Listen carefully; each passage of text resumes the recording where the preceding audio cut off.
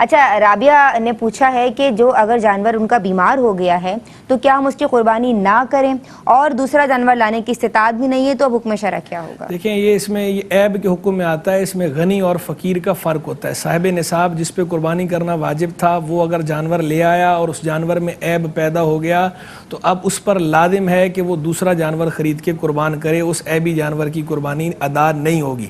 لیکن اگر شریف فقیر تھا اور اس نے جانور خرید لیا تو چونکہ اس کے بھی خریدنے سے اس پر لازم ہو جاتا ہے اسی قربانی کرنا، تو وہ بہرحال اس عیبی جانور کی قربانی بھی کر سکتا ہے۔ نہیں، ایک کی استطاعت تھی، انہوں نے خرید لیا، اب وہ جانور بیمار ہو گیا تو اب یہ کیا کریں؟ تو استطاعت جو ہے اب نہیں ہے، دوسرے کی استطاعت نہیں ہے، تو بہرحال جو ہے وہ حصہ ڈال لے۔ اچھا، اب حصہ ڈالیں، لیکن قربانی چونکہ یہ غنی تھے تو غنی پر لازم ہوتا ہے کہ اگر عیب پیدا ہو جائے تو عیبی کی قربانی نہیں کر سکتے، دوسرا جانور اب دوسرا یا حصہ ڈالنے، یا حصہ ڈالنے آپشن موجود ہے۔ ٹھیک ہے جی، السلام علیکم، ایک کال شامل کر رہی ہوں۔ ہلو جی السلام علیکم۔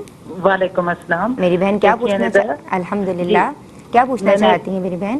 جی میں نے یہ پوچھنا ہے کہ جب یہ سنا ہے کہ قربانی کرتے وقت چھری پہ تکبیر پڑھنی لازمی ہے جو قربانی کر رہا ہے، ٹھیک ہے، اب عورتیں اگر ہم نے کرنی ہے اور مسجد میں وہ ہوتا ہے، وہ تو آ کے کہتے ہیں کہ آ کے اپنا حصہ لے جائیں، تو نہ تکبیر پڑھی نہ کچھ، تو ایسے ہماری قربانی ہو جائے گی؟ ٹھیک ہے جی، بہت شکریہ، آپ نے ہمیں کال کی۔ اچھا، ایک سوال اور ہے حضرت، میری بہن نے پوچھا ہے کہ اگر شوہر صاحب استطاعت نہیں ہیں اور یہ جو ان کی بیگم صاحبہ ہیں ماشاءاللہ یہ خود پیسے جمع کر لیتی ہیں اور ان کے پاس پیسے ہوتے ہیں، تو یہ کیا کریں؟ یہ ایک حصہ ڈال لیں یا شوہر کی جانب سے بھی قربانی کریں؟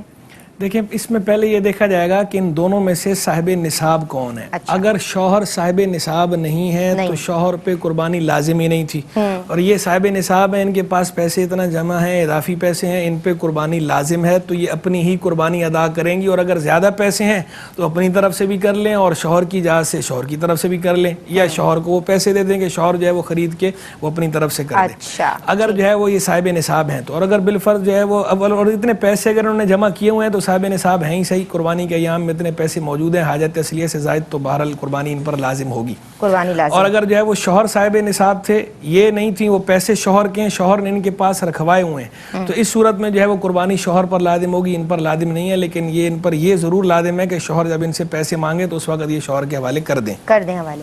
ایک آفر کال آئی تھی حضرت، انہوں نے پوچھا تھا کہ ان کا جو جانور ہے وہ چوری ہو گیا ہے اور وہ صاحب نصاب بھی ہیں، تو کیا آپ دوسرا خریدیں؟ حکم شرع کیا ہوگا؟ صاحب نصاب کے لیے یہ حکم ہے کہ قربانی کا جانور چوری ہو گیا تو دوسرا جانور خرید کر قربان کرنا لازم ہے۔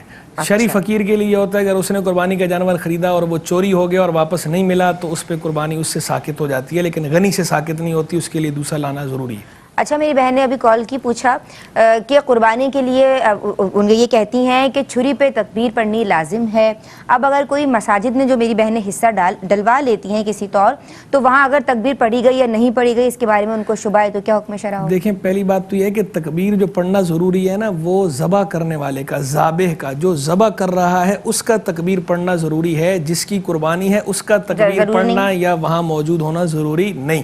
تو عموماً جو اس طرح مساجد میں یا مدارس میں یا ایسی جگہوں پر جہاں اہتمام ہوتا ہے قربانی کا، ہمارے بلاد میں، ہمارے ہاں چونکہ مسلمان ہی اس طرح کے کام کرتے ہیں اور وہ بڑی شرعی وہاں رعایت رکھی جاتی ہے اور وہ تکبیر پڑھ کے اس طرح کرتے ہیں، تو اس میں کوئی حرج نہیں ہے، کوئی شک شبے کی بات نہیں ہے۔ اور اگر آپ کو کہیں شک شبہ اس طرح کا ہوتا ہے تو آپ ایسوں سے قربانی کروائیں نا، اور اگر جب آپ ایسوں سے کروا رہی ہیں کہ جو بالکل شرعی رعایت کے ساتھ کرتے ہیں تو پھر اس طرح کے وسوسے ذہن میں نہیں لانے چاہیے، قربانی ہو جاتی ہے۔ اور باقی یہ ذبح سے ہی بات آ گئی۔